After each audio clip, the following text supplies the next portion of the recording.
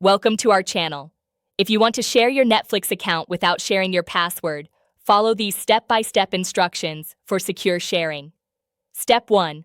Log into your Netflix account using a web browser on your computer or through the Netflix app on any device. Step 2. Click on your profile icon in the top right corner of the screen. Step 3. Select Account from the drop-down menu to access your account settings. Step 4. Scroll down to find the Profile and Parental Controls section. Step 5. Click Add Profile to create a new profile for the person you want to share your account with. Step 6. Enter a name for the new profile and choose whether it should be a kid's profile with content restrictions. Step 7.